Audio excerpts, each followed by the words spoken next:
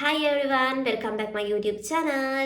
ඉතින් මේ වීඩියෝ එක O level කරන අපේ නංගිල මල්ලා සෙට් එකට. ඉතින් thumbnail එකේ තියෙන විදිහට ඕගොල්ලෝ බලලා ඇති මට ඇත්තටම ඒ නමයක් තිබ්බද කියලා. ඇත්තටම මට ඒ නමයක් තිබුණේ නැහැ. මගේ O level result එක A8යි B1යි. ඉතින් මට science වල තමයි B එකක් තිබ්බේ. ඉතින් මට වගේ ඒ නමයක් නැති කරගන්නේ නැතුව කොහොමද ඒ නමයකට අනිවාර්යයෙන්ම මේ දවස් කීපය ඇතුළත යන්නේ කියලා මම මේ වීඩියෝ එකෙන් ඔයගලන්ට කියලා දෙනවා. ඇත්තටම O level කියන්නේ මාරම ලේසි විභාගයක්. ඒක ඕගොල්ලන්ට දැන් තේරෙන්නේ නැහැ. මොකද A level කරනකොට තමයි O level කියන්නේ ලේසි විභාගයක් කියලා ඕගොල්ලන්ට තේරෙන්නේ. මොකද මමත් O level කාලේ හිතාගෙන හිටියා A level වල තියෙන subjects 3යි, O level වල subjects 9ක් තියෙනවා. O level තමයි අමාරු, O level තමයි pass වෙන අමාරු. එහෙම. හැබැයි A level වලට කියන්න තමයි තේරෙන්නේ O level කොච්චර ලේසිද කියලා. ඉතින් O level කියන්නේ ඔයගලට ගොඩ ගන්න ලේසිම විභාගයක්. ඉතින් කවුරුත් හිතන්න එපා O level වැඩ කරන්නේ නැති විභාගයක් කියලා. මොකද ඔයගලගේ O level results එක A level වලට direct බලපානවා. ඔයගොල්ලෝ A level pass වෙලා campus එකට apply කරනකොට සමහර subject වලට සමහර courses වලට apply කරද්දී අපේ O level result එකේ සමහර විෂයන් වලට C passes තියෙද කියලා බලන්න. විශේෂයෙන්ම මම කරන law course එකේ පේරාදෙනියේ යාපනයේ වගේම අපේ කොළඹ law faculty එකේ law වලට apply කරන්න නම් අනිවාර්යයෙන්ම English වල C එකක් තියෙන්න ඕන. ඉතින් ඔයගොල්ලෝ IELTS first උනත් වැඩක් නැහැ. ඔයාලට English වල C එකක් නැත්නම් ඔයාලට law apply කරන්න බෑ. law වලට අමතරව තවත් විවිධ courses වලට apply කරන්න බෑ මේ විදිහට English වලට, science වලට සහ සිංහල ඒ වගේම maths වලට C passes නැත්තම්. ඉතින් O level කියන්නේ ඔයගොල්ලෝගේ ඉදිරි අනාගතයටත් වැදගත් වෙන විභාගයක්. කලින් කිව්වා වගේ O level කියන්නේ මාරම ලේසි විභාගයක්. ඒක ඇත්තටම අපිට O level කරන කාලේ තේරෙන්නේ නැහැ. අපිට O level වලට ඒ 9ක් ගන්න අනිවාර්යයෙන්ම 75යි ගන්න ඕන. 75ක් තියෙනවා නම් අපිට ඒ පාස් එකක් හම්බ වෙනවා. ඉතින් කොහොමද මේ 75 ගන්නෙ? අපිට subjects 9ක් තියෙනවා. මේ subject 9 කොහොමද අපි බෙදාගෙන පාඩම් කරන්නේ? O level වල subject 9ක් තියෙනවා අපි දන්නවා. මේ O level subject 9 subject 6ක් අපිට compulsory ඉතුරු 3 bucket subject. එතකොට අපි exam එකේදී මේ subject 9ටම එක සමාන බරක් යොදන්න ඕන. මට අමාරුම සබ්ජෙක්ට් දෙක උනේ ඉංග්‍රීසි උයි මැත්ස් නුයි.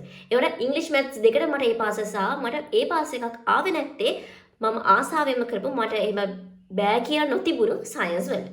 ඉතින් කොහොමද එහෙම උනේ? ඒක ඔයගොල්ලන්ගේ අතින් සිදුන පුංචි අතපසුවීම නිසා මම ගෑරෙන්නේ කියලා. දැන් මම කලින් කිව්වා වගේ මට ඇත්තටම මැත්ස් වලට ඒ වගේම ඉංග්‍රීසි වලට හැමදාම තිබ්බේ 70යි 72යි 73යි 75ට ආසන්න ගණන්. එහෙම නැතුව 75 වහුගලා 80 ගණන් 90 ගණන් තිබ්බ හරිම කලාතුරකින්. හැබැයි මට සයන්ස් වල හැමදාම 80 85 90 ඒ වගේ රිසල්ට්ස් එකක් තිබ්බා. අපි දන්නවා අපිට මේන් සබ්ජෙක්ට් 6ක් තියෙනවනේ. සිංහල, ආගම, නැත්නම් බුද්ධ ආගම, ඉතිහාසය, ඊට පස්සේ ඉංග්‍රීසි, මැත්ස්, ඊට පස්සේ සයන්ස්. ඉතින් අපි දන්නවා මේ සිංහල, බුද්ධ ආගම, ඉතිහාසය මේ තුන මාර්ම ලේසි. මට නම් මාර්ම ලේසි. සමහරවිට ලොකු ප්‍රශ්නයක් තියෙන සබ්ජෙක්ට් එකක් තමයි හිස්ටරි කියලා කියන්නේ. ඇත්තටම හිස්ටරි කියන්නේ මගේ ෆේවරිට්ම සබ්ජෙක්ට් එක. මම A levels ආර්ට් කරන්නේ හිස්ටරි සාමාන්‍යයෙන් හිස්ටරි කරන්න ඕන නිසාමයි A levels වලටත් මම ආර්ට් කරන්නේ. හිස්ටරි පේපර් එක ගත්තොත් හිස්ටරි පේපරේ අපි බලාගන්න පුළුවන් කොටස් කීපයක්. MCQ පාර්ට් එකක් තියෙනවා. ඊට පස්සේ essay questions තියෙනවා. ඒ වගේම සිතියමක් තියෙනවා. ඒ වගේම අර රූපයක් දීලා ඒ රූපේ ප්‍රශ්න අහනවා. අපි දැන් උදාහරණයක් විදිහට ඒ රූපෙන් එන ප්‍රශ්න ගත්තොත් අපි දන්නවා අපිට තියෙන ටෙක්ස්ට් බුක් එකේ තියෙන රූප තමයි එන්නේ. ඒ හැම රූපයක් යටින්ම ඔයගොල්ලෝ පෙරලා බලන්න. ඔයගොල්ලෝගේ අච්චු පොත්වල ඇති යට තියෙනවා අපේ ඩිස්ක්‍රිප්ෂන් එක. හරියට මතක නැහැ මම 2018 තමයි O level කරේ. මට මතකයි දෙදිගම ඇත් පහන. ඇත් පහන යටින් දින ඇත් පහන කවුද කරේ? මේක කොහෙද තියෙන්නේ?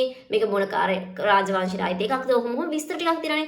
ඒ විස්තර ටික මතක තියාගන්න. අනිවාර්යයෙන් මේ විස්තරින් තමයි අර රූපය යටින් තියෙන මේ ප්‍රශ්න වලට ප්‍රශ්න අහන්නේ. ඒ නිසා ඔයාලා ඒ යට තියෙන ඩිස්ක්‍රිප්ෂන් එකට ඒ විස්තරය බලාගෙන ගියොත් ඔයාලට අනිවාර්යයෙන්ම ඒකට උත්තර ලියන්න පුළුවන්. ඊළඟට සිතියම ඔයාලා පාස් පේපර්ස් අරන් බලන්න. සිතිය මේ අලුතෙන් මවන්න බෑනේ. හැමදාම අහන්නේ හැම අවුරුද්දකම අහන්නේ එකම වගේ තැන් තමයි.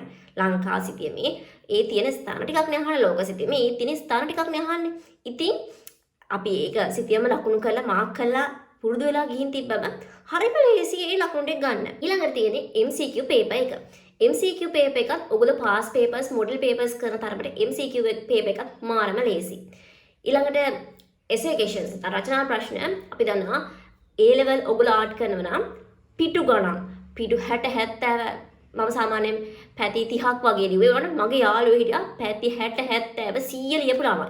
ඉතින් O level වල එහෙම මහා ගොඩ ගොඩවල් ලියන්න යන්න ඕනේ නැහැ. මොකද ලකුණු just 75යි ගන්න ඕන. ඉතින් ඕගොල්ලෝ හැම ඒ කියන්නේ possibility එකක් තියෙන මාතෘකාවල හොඳට බලාගෙන යන්න. ඊට පස්සේ ඔයාලට මතක වෙන හැම දෙයක්ම පිළිවෙලක් ඇතුව එකිනෙකට ගලපලා history paper එක ඔයාලට ලියන්න පුළුවන්. history subject එක හරිම ලේසි. ඊළඟට බලමු අපි සිංහල. සිංහල subject එක කොහොමද ඔයා එකක් ගන්නෙ? අපි දන්නවා සිංහල වල තියෙන විචාර ලියන්න. ඊට අමතරව ව්‍යාකරණත් අහන්න. ඉතින් සිංහල කියන්නේ මට නම් මාර්ම ලේසි subject එකක්. මම හරිම ආසාවෙන් කරපු subject එකක්.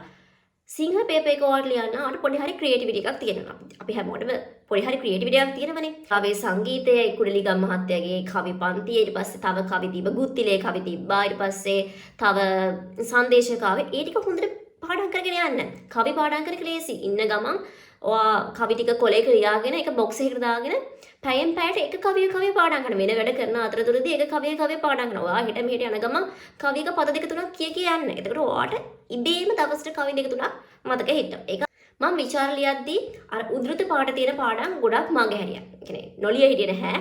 මට ඒවත් මතකයි. ඒවට මම කවි වලට වැඩි බරක් දුන්නා. මොකද කවි ලියන එක ලේසි. මොකද අපිට අර දිග උද්ෘත පාඩයක් මතක තියාගන්නවට වඩා හරිම ලේසි කවියක් මතක තියාගන්න එක. අර දැන් මොකද්ද සතර කම්මන්ත්‍රණේ තියෙන සාල්ලක ලාලා පාතට බාන ඕව මතක තියාගන්න අමාරුයිනේ. ඒ තියෙන බස් වහරත් වෙනස්නේ. හැබැයි ඔයාලට ලේසි කවියක් මතක තියාගන්න. ඉතින් මම ඕගොල්ලන්ට යෝජනා කරනවා සිංහල විචාර ලියනවා නම් අනිවාර්යයෙන්ම කවි ටික පාඩම් කරගන්න. ඊළඟ ලේසිම සබ්ජෙක්ට් තමයි බුද්ධ ධර්මය. අපි දන්නවා හැම පාරම බුද්ධාගම තමයි පළවෙනි සබ්ජෙක්ට් එකට තියෙන්නේ. ඉතින් බුද්ධාගම කියන සබ්ජෙක්ට් එක ඕගොල්ලන්ට ඇත්තටම නතින් වෙන්න ඕනේ. බුද්ධාගමට ඒකක් ගන්න එක හැමෝටම පුළුවන් දෙයක් මම කියන්නේ. ඒක අපේ ආගමනේ. බුද්ධාගම උනත් ඔයා කරන්නේ මොන ආගම උනත් ඒක හරිම ලේසි. දැන් මම කරේ බුද්ධාගම නිසා මම කියන්න. ඇත්තටම බුද්ධාගම අච්චුපොතේ මොනවද තියෙන්නේ? බුද්ධාගම අච්චුපොතේ ඇත්තටම තියෙන්නේ එක පාඩමක හරිම ඩීටේල් දෙක තුනයි අපිට පාඩම් කරගන්න තියෙන්නේ. එක්ක මොකක් හරි බුදුරජාණන් වහන්සේ දේශනා කරපු සූත්‍රයක දෙයක්, එහෙම නැත්නම් මොකක් හරි ස්වාමින් වහන්සේ කෙනෙක් කියපු දෙයක්, නැත්නම් ඒක ගාථාවක්, ඒ වගේ හරිම සුළු දෙයක් තියෙන්නේ ඔබට පාඩම් කරගන්න. අච්චුපොතේ පාඩම ගොඩනගන්න තියෙන විස්තරේ ඇරුණාම ඇත්තටම පාඩම් කරන්න තියෙන හරිම පොඩි ඩීටේල්ස් ප්‍රමාණයක්නේ. ඉතින් පොත දෙතුන් පාරක් කියවුවට පස්සේ නිකම් ඔලුවට යනවා බුද්ධාගම පොතේ තියෙන දේවල් නම්. බුද්ධාගම කියලා කියන්නේ නැත්නම් ආගම කියලා කියන ඕගොල්ලන්ට අනිවාර්යයෙන්ම මේ පාස්සේ ගන්න පුළුවන් සබ්ජෙක්ට් එකක්. ඊළඟට අපි යමු ටිකක් අමාරුව හැබැයි සමහරවිට මාරම ලේසි සබ්ජෙක්ට් එකක්. මටත් පෞද්ගලිකව මැත්ස් අමාරුයි. මම මැත්ස් වලට මාර දක්ෂ ළමයෙක් නෙමෙයි. හැබැයි මට මැත්ස් බැරි කමකුත් නැහැ. මට සමහර කාලවලට මැත්ස් වලට 90 ගණන් තියෙනවා, සමහර කාලවලට 60 ගණන් තියෙනවා. සමහර පේපර්ස් වලට මට 90 ගණන් තියෙනවා, සමහර පේපර්ස් වලට මට 40යි 50. හැබැයි මම මැත්ස් අතෑරියේ නැහැ. මම පාස් පේපර්ස් කරා, ක්ලාස් ගියා, ක්ලාස් වල පේපර්ස් කරා, ඉස්කෝලේ පේපර්ස් කරා. අතන මම ක්ලාස් ගියපු දේවල් වලින් මට ලොකු දැනුමක් ලැබුණා මේ ගණිත ගැටලුව කොහොමද විසඳගන්නේ කියලා. ඉතින් මට පේපර් එකේ ගණන් කිහිපයක් තිබ්බා මේ ගණන් වලට මම අනිවාර්යයෙන්ම ෆුල් මාක් එක ගන්නවා කියලා. මැත්ස් කියන්නේ ඔයාලට ලකුණු අඩු කරන්න පුළුවන් කරේ. බලන කෙනාට එක්සෑම් එකට ඔයාලගේ ලකුණු අඩු කිරීමේ හැකියාවක් තියෙන සබ්ජෙක්ට් එකක් නෙමෙයි. ඉතින් ඔයා හරියට මැත්ස් පේපර් එකේ ගණන් හැදුවොත් ඔයාට ෆුල් මාක් එකම හම්බ වෙනවා. ඉතින් ගණන් දෙක තුනක් තියාගෙන හිටියා මේ ගණිත ගැටලුව මම සම්පූර්ණයෙන්ම හරියට හදනවා. සංඛ්‍යාන ගාන, ඊළඟට නිර්මාණ ගාන, ඒ වගේ ගණන් දෙක තුනක් තියාගෙන හිටියා මේකට මම අනිවාර්යයෙන්ම ෆුල් මාක් එක ගන්නවා කියලා. ඉතින් මැත්ස් බෑ කියලා නිකන් ඉන්න එපා. මැත්ස් කියලා කියන්නේ ඕගොල්ලෝගේ අනාගතේ අනිවාර්යයෙන්ම වැදගත් සබ්ජෙක්ට් එකක්. මොකද කැම්පස් යන ඕගොල්ලෝ ඇප්ලයි කරනකොට ඕගොල්ලන්ට තේරෙයි හැම කෝස් එකකටම වගේ මැත්ස් වල C එකක් තියෙනවද කියලා අහලා තියෙනවා. ඉතින් අනිවාර්යයෙන්ම මැත්ස් වලට C එකට වඩා ඉහළ සාමර්ථ්‍යයක් ගන්න හැමෝම try කරන්න. ඊළඟට අපි කතා කරමු සයන්ස් ගැන. සයන්ස් කියන්නේ මට B එක තියෙන සබ්ජෙක්ට් එක. මම අදටත් මාරම දුක් වෙනවා මට සයන්ස් වලට B එකක් ආපු එක ගැන. දැන් මට සයන්ස් වලින් ලොකු ප්‍රයෝජනයක් නැහැ තමයි මම ආර්ට්ස් කරේ. මම ලෝ කරන්නේ. ඒකට මට සයන්ස් වලින් වැඩක් නැහැ තමයි. ඒ වුණාට මම අදටත් මාරම දුකයි සයන්ස් වල B එකක් ආපු එක ගැන. මම කියන්නේ ඇයි මට සයන්ස් වල B එකක් ආවේ කියලා. මම කලින් කිව්වා වගේ මට මැත්ස් ඉංග්‍රීසි තරම් සයන්ස් අමාරු නැහැ. සයන්ස් මට පුළුවන්. සාමාන්‍යයෙන් මට 80 පොඩ්ඩක් ලකුණු තිබ්බ සබ්ජෙක්ට් එකක්. මට සයන්ස් වල B එක ආවේ එක හේතුවක් මට පුළුවන් කියලා මම අතහැරලා තිබ්බා. මට සයන්ස් පුළුවන් කියලා මම අතහැරලා තිබ්බා. එහෙම අතහැරලා තියන්න එපා. ඔයගොල්ලන්ට පුළුවන් වුණත් ටික කාලයක් ඒක නොකර ඉන්නකොට ඔයගොල්ලන්ට මේක අමතක වෙනවා. ඒ නිසා අර යකඩ නිස්සාරණය ඊළඟට මට මතක නැහැ හරියට තිබ්බ පාඩම් වල තිබ්බ ප්‍රභා සංශ්ලේෂණය. ඒ වගේ පාඩම් අනිවාර්යයෙන්ම හැමදාම ප්‍රශ්න අහන පාඩම්. අනිවාර්යයෙන්ම ඒවට ඔයගොල්ලෝ ફોකස් කරන්න. ඒ වගේ සයන්ස් වලින් එකම විදිහේ ප්‍රශ්න කවදාවත් අහන්නේ නැහනේ. ඒ නිසා ඔයගොල්ලෝ පාස් පේපර් කරන්න. පාස් පේපර් වල ඒ විදිහේ එන්න පුළුවන් පොසිබිලිටි එකක් තියෙන questions තියෙනවා. ඒව කරන්න. ඒ වගේම ඔය model papers මොනවද මම ඒ කාලේ කරා western province කියලා එකක්. ඒ වගේ ඔයගලන්ට පුළුවන් විදිහට model papers past papers follow කරන්න science වල. ඊළඟට අපි කතා කරමු English ගැන. English කියලා කියන්නේ මට පෞද්ගලිකව O level කාලේ අමාරු subject එකක්. මොකද මගේ යාළුවන්ට සාපේක්ෂව මට හිතුනේ ඒ කාලේ මට English බෑ කියලා.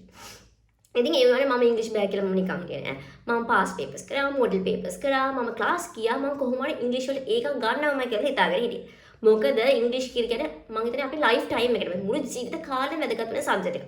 ඔයගොල්ලෝ කැම්පස් යනකොට කැම්පස් පොත අරගෙන බලන්න හැම කෝස් එකේම ඔයාලට ඉංග්‍රීසි වලට 100ක් තියෙනවද? එහෙම කියලා අහලා තියෙනවා විශේෂයෙන්ම. ලෝ කරද්දී ඉංග්‍රීසි වලට 100ක් තියෙන එක අනිවාර්යයි, මැත්ස් වලට 100ක් තියෙන එක අනිවාර්යයි. ඉතින් ඔයගොල්ලන්ට ඔයාලා ආස කෝස් එකක් කැම්පස් එකේදී කරන්න ඕන නම් අනිවාර්යයෙන්ම ඉංග්‍රීසි මැත්ස් හදාගන්නම වෙනවා. ඉංග්‍රීසි අපේ ලයිෆ් ටයිම් එකටම වැදගත් වෙනවා කියලා කියන්නේ අපි යුනිවර්සිටි එකට ගියාම ඉංග්‍රීසි මීඩියම් වලින් තමයි ගොඩක් අපේ ස්ටඩීස් කරන්න වෙන්නේ. ඒ වගේම අපි ජොබ් ඉන්ටර්විව් එකකට ගියාම ඉංග්‍රීසි නැතුව සමහරවිට අපි ඉංග්‍රීසි වල තියෙන පාස් එක බලලා තමයි ඒගොල්ලන් අපිට ඉන්ටර්විව් එකෙන් සිලෙක්ට් කරගන්නේ. ඉතින් මේ O level ඉංග්‍රීසි කියන එක මාරම වැදගත් ඔයගොල්ලන්ගේ ඉදිරි අනාගතේට. ඒ නිසා අනිවාර්යයෙන්ම O level ඉංග්‍රීසි පාස් වෙන්න C පාස් එකක් ගන්න පුළුවන් නම් අනිවාර්යයෙන්ම ඔයා B එක මට්ටම නම් ඉන්නේ B පාස් එකේ මට්ටමේ නම් ඉන්නේ අනිවාර්යයෙන්ම try කරන්න ඒකක් ගන්න. බැරි කමක් නැහැ.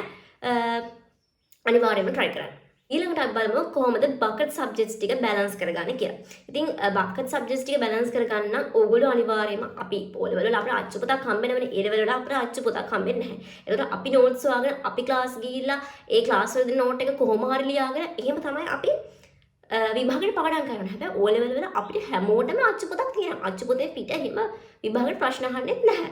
ඉතින් අර bucket subjects ඔයාලා කරන්නේ පුරවැසි අධ්‍යාපනයේද, ඔයාලා කරන්නේ සෞඛ්‍යද, කෘෂිකර්මයේද, ඔයා කරන සබ්ජෙක්ට් එකේ දෙන අච්චු පොත හොඳට රිෆර් කරලා යන්න. ඒකට ඕගොල්ලන්ට අනිවාර්යයෙන්ම මේ පාස් එකක් ගන්න පුළුවන්. ඔයා කරන්නේ පුරවැසිද සෞඛ්‍යද අන්නේ සබ්ජෙක්ට් වල අනිවාර්යයෙන්ම ඒ ගන්න පුළුවන්. ඒ නිසා අනිවාර්යයෙන්ම ඒ සබ්ජෙක්ට් වල අච්චු පොත් ටික බලාගෙන යන්න.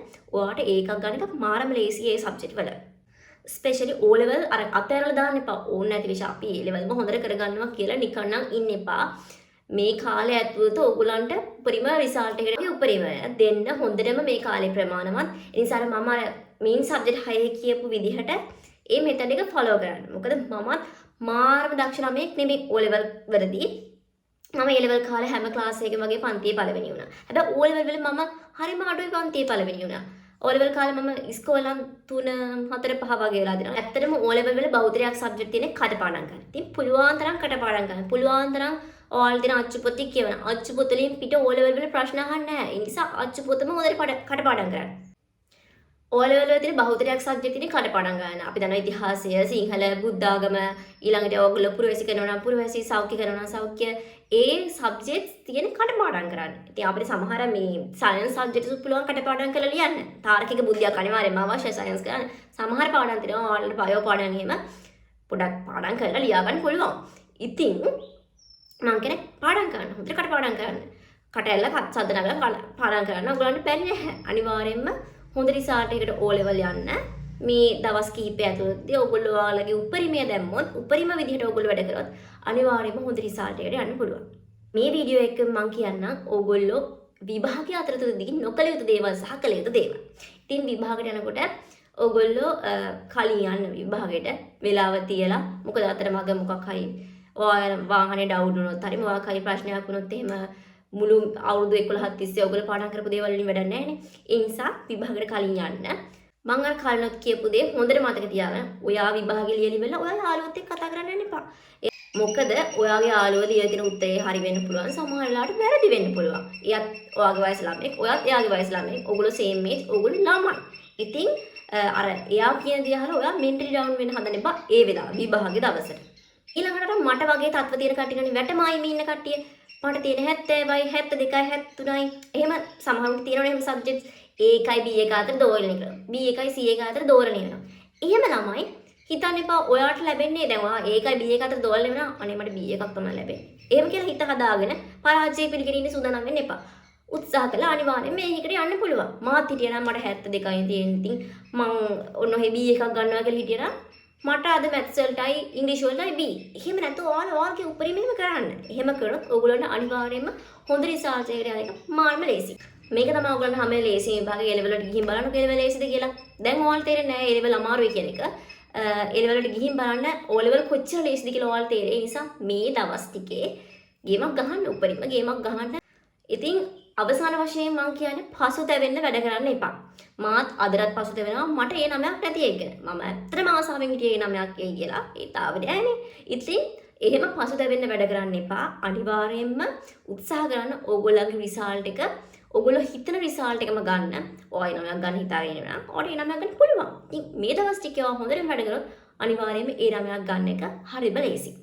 ඉතින් ෆයිනලි මම ඔයගලන්ට විශ් කරනවා හැමෝටම තමන් හිතන පතන රිසල්ට් එකම හම්බෙන්න විභාගෙට හොඳට ලියන්න පුළුවන් වෙන්න කියලා හැමෝටම මම විශ් කරනවා. ඉතින් අද මගේ වීඩියෝ එක බලලා හැමෝටම thank you so much. ඉතින් ඔයගොල්ලෝ මගේ channel එක subscribe කරලා නැත්නම් subscribe කරන්න. ඉතින් ආයෙ දවසක ලස්සන වීඩියෝ එකකින් හම්බෙමු. bye.